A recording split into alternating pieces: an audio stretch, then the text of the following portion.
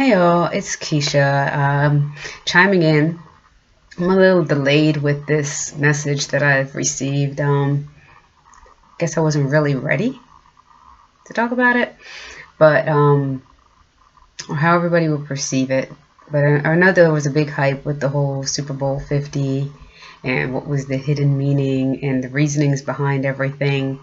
And a lot of people focused on Beyonce, her singing of Getting Formation, and of course there's the usual things that go against it and say, well, with the whole Illuminati and other things. So, long story short, I had watched the Super Bowl, but I kind of knew who was going to win, so I left it alone. And I needed to rest and meditate, and then I went back and watched it to see the halftime, because I usually do enjoy the halftime series and watching that. So anyway, when I watched the video and I saw what the big hype was and the controversy, I actually saw it through a different set of eyes. So I just wanted to take a moment to share that with everybody. So starting from the very beginning, I see that we had Coldplay. He came out singing I Used to Rule the World, and the scenery was illuminated with a lot of bright rainbow colors and a lot of flowers and pretty things being sung, and the lyrics to his song couldn't be. I actually like Coldplay. I love all the singers that performed that night. So I like the song I Used to Rule the World, and I thought it was a little symbolic that, especially in the US, and now that more people are transitioning and humanity is evolving and changing, where it's not just one race or one culture in charge or leading a group of, or the society or a nation anymore, but now we have things that are different. We possibly could have a woman president. We have more women in leadership and power.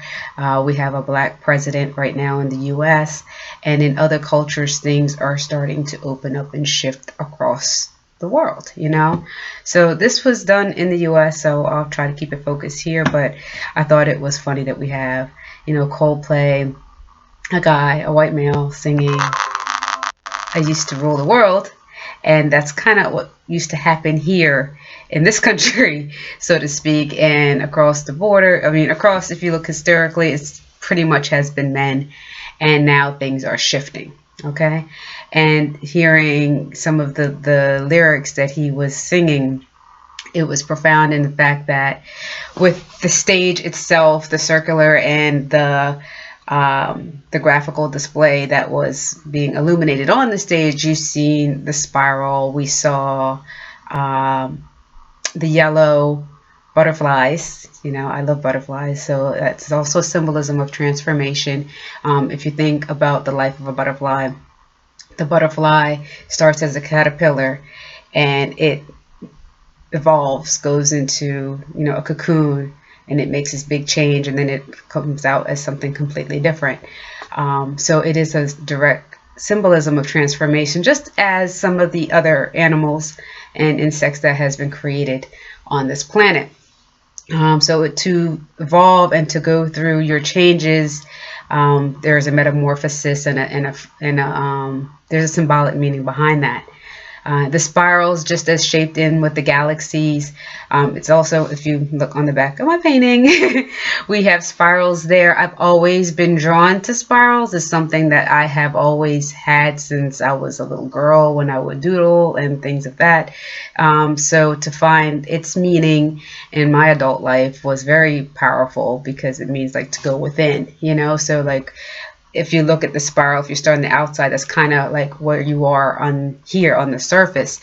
But to go within and understand on a spiritual level what Jesus or what any of the, masters or teachers that came before were trying to instruct us, is that you have to go within to understand who you are as a spirit.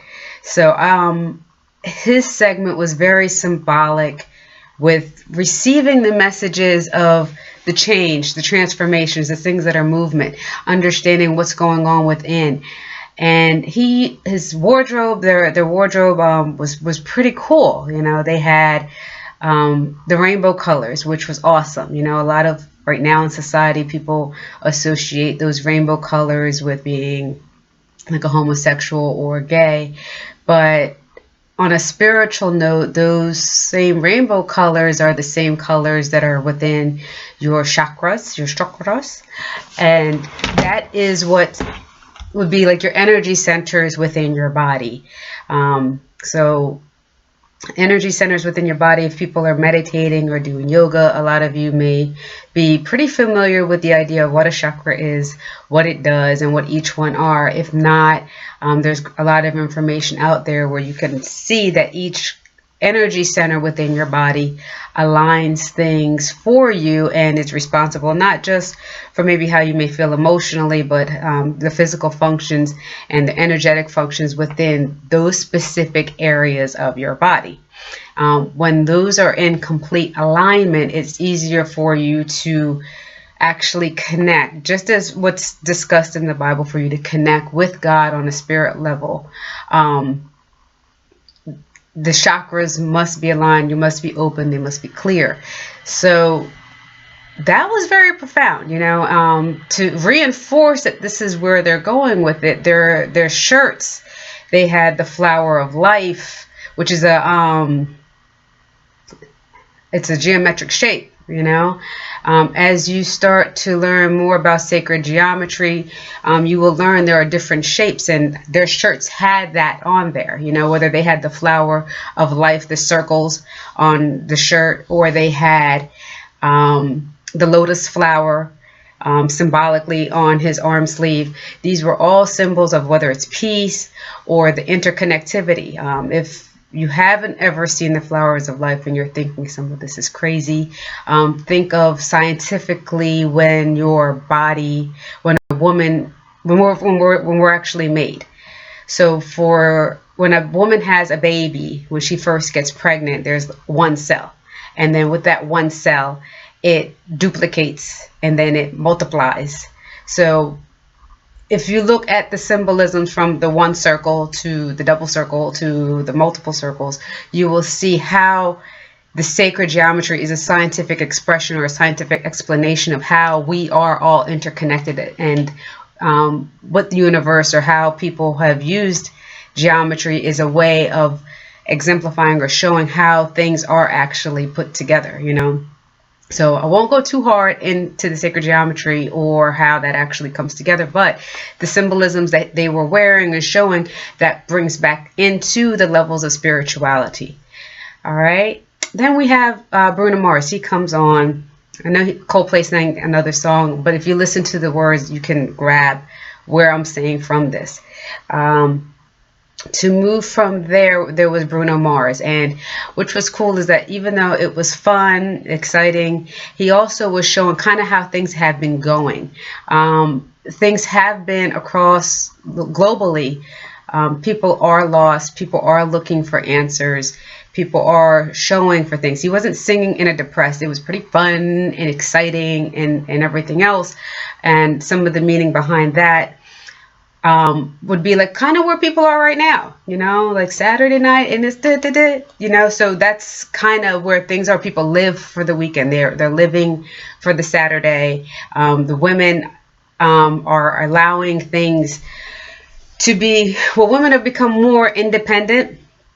They've become, we're almost equal to men in regards to what we want to do, which I don't 100% agree with all of that, because we weren't designed to take on some of the things that the men are doing, you know. So some things are just for, or should be just for the men, but women have embraced a lot of those powers and the energies and are becoming more masculine in regards to whether they're with a heterosexual or homosexual relationship.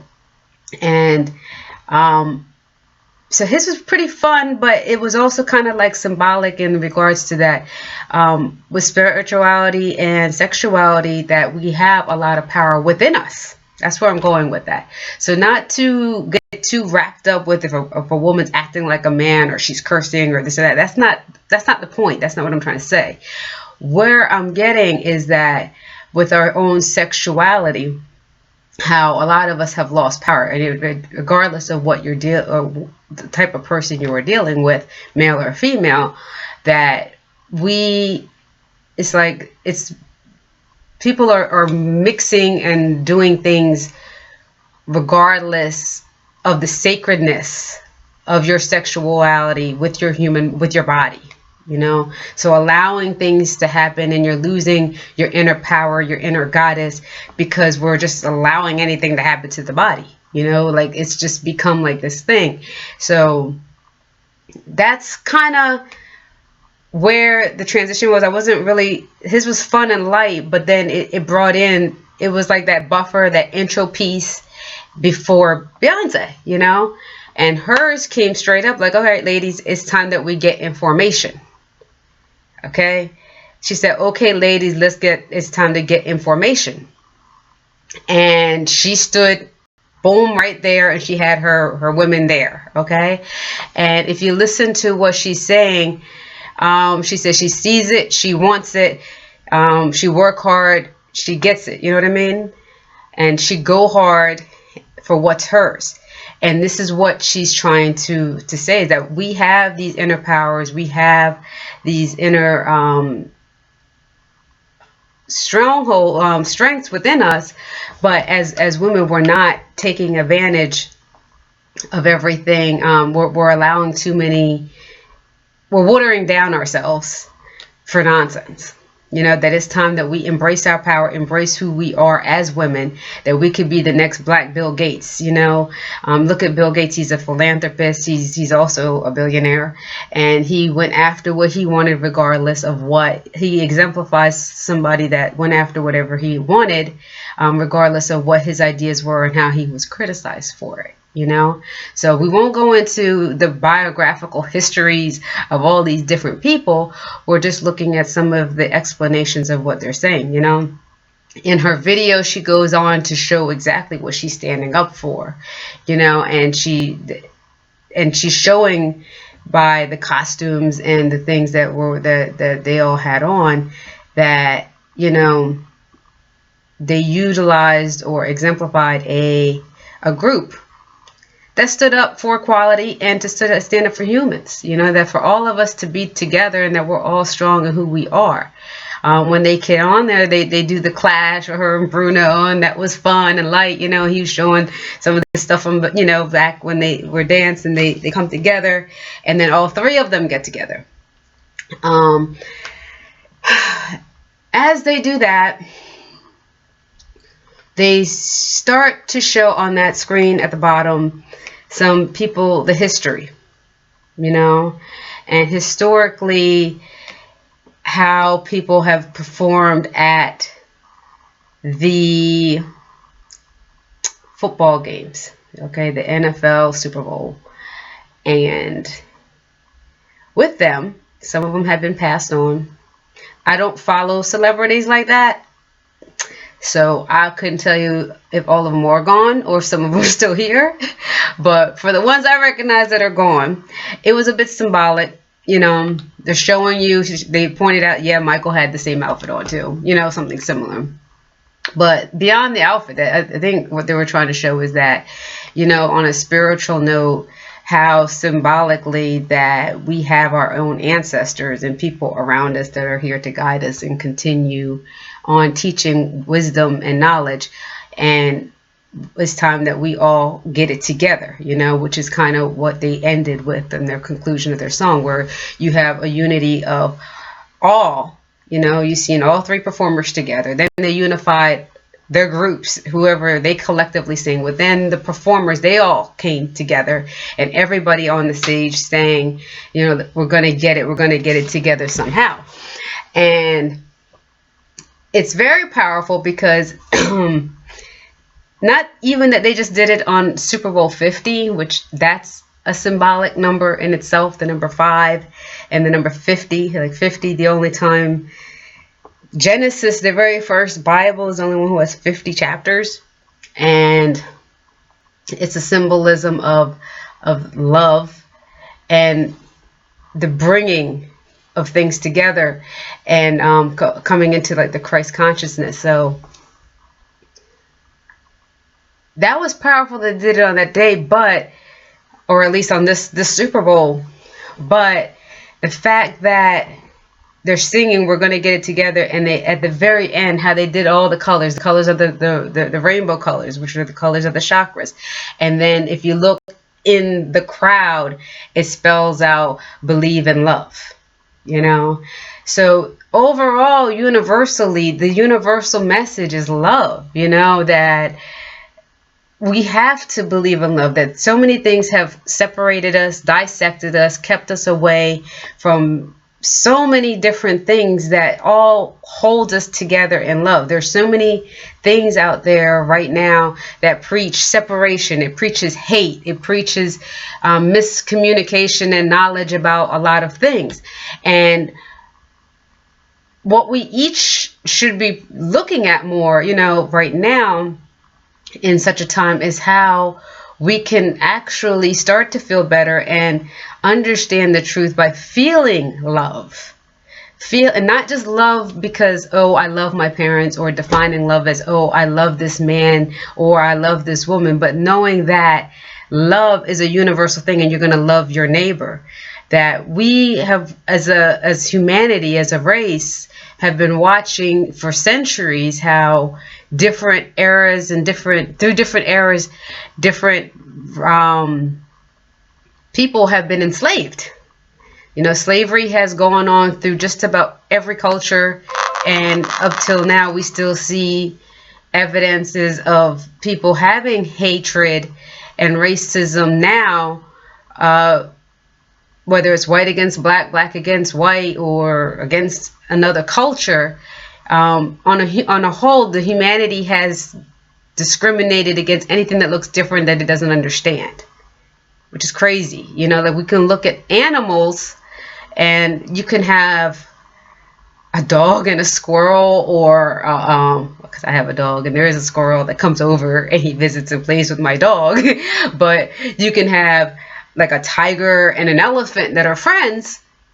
And we're seeing more and more the connectivity, how animals, regardless, now they're two different species. It's not like you're having a white elephant and a black elephant saying, oh, I don't like you. You know, we're having two different species that don't even look anything alike loving each other. And we having the mental capacity to think, speak, and be connected, and only use just our physical bodies to connect with one another, and then do it in such a way that we use separation as our first power. It's disheartening, I'm sure, especially to God, and energetically in the universe. It has created so much turmoil. And it's time that we as a human race get it together and start listening by going within to understand exactly how we should have compassion, exemplify compassion, and feel forgiveness, not just for others, but for ourselves, through whatever our life mistakes and challenges have been. Now, a lot of people watch the show as just a show. You know, and at first, sure, you could watch it as a show, but then each person is going to receive the message in the eyes and the set that they, of the mindset of which they're in, you know.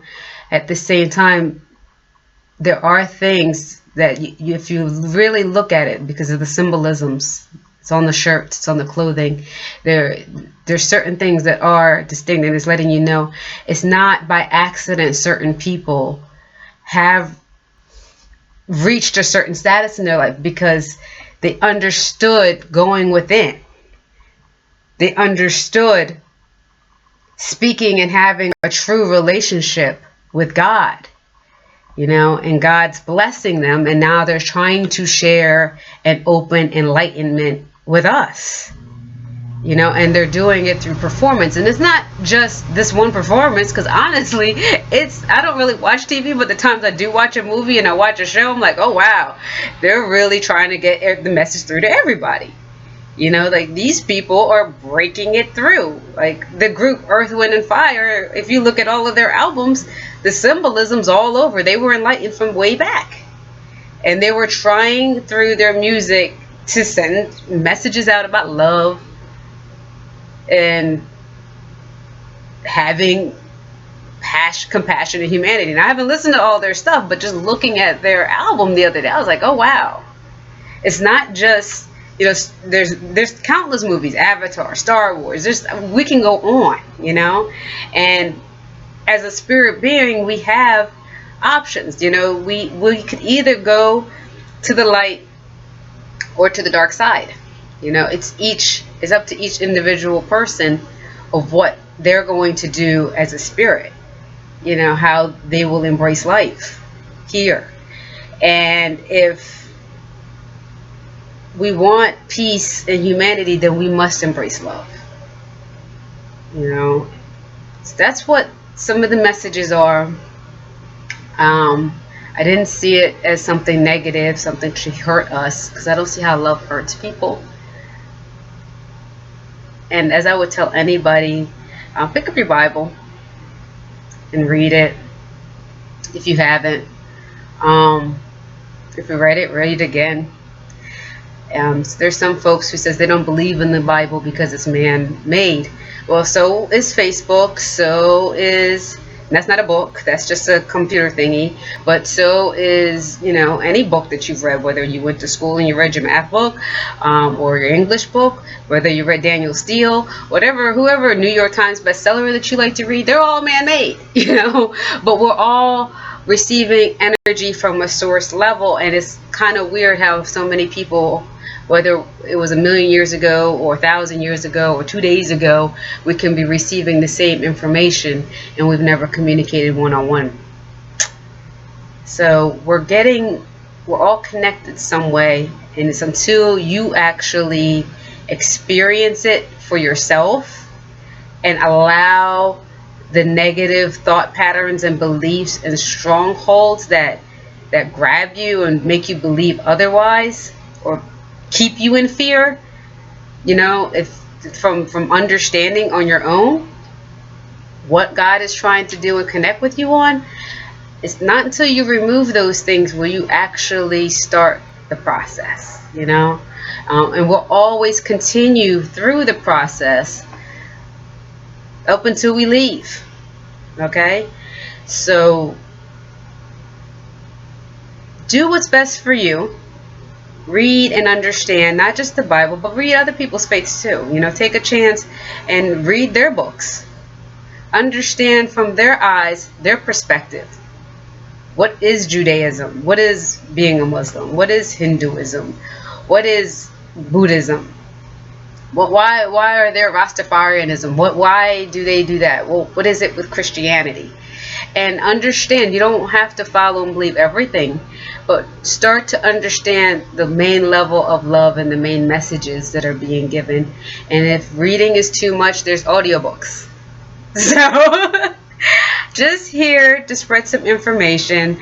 It took me a minute because I don't know, I'm like, oh wow, woke up, I had this dream and saw 50 spiders, and I was like, oh my god. And then anyway, then I was guided to that video and watched the video and said, okay, let me think on it. And it almost became a block. Well, no, it became a block in my life. So now I'm doing the video so I can remove this big stone from in front of me, because there is something on me to speak this message, and I want to be here to give another insight and outlook on peace, love, and what people are trying to do really in regards to helping us and spreading the knowledge that God is giving us. And that's pretty much it. So that's what I received from it. Those were the visualizations that are given. I hope you find this helpful, and check out some things for yourself. Look for the real books. Start with the Bible and read from there. If you'd like to connect with me a little bit further, I am an energy healer and a spiritual teacher. So I would love to be able to connect with you one-on-one. And if there's specific questions that you have, I can be able to connect and give you the information as I'm guided to give you, and help you out through that. All right. So look for me at www.ancientlight.co. Yeah, I have a couple websites, so I'm sorry. So I apologize for that. I do shop Ancient Light, so I have my own line also on there. So if you're looking for spiritual wear to raise your vibrations, check that site out also, and love to connect. Talk to you soon, and if you have any comments, feel free to share. And if you would like to share it with someone who may want to hear this message also, do that too. All right? Look forward to hearing from you. Check back again soon. Bye-bye.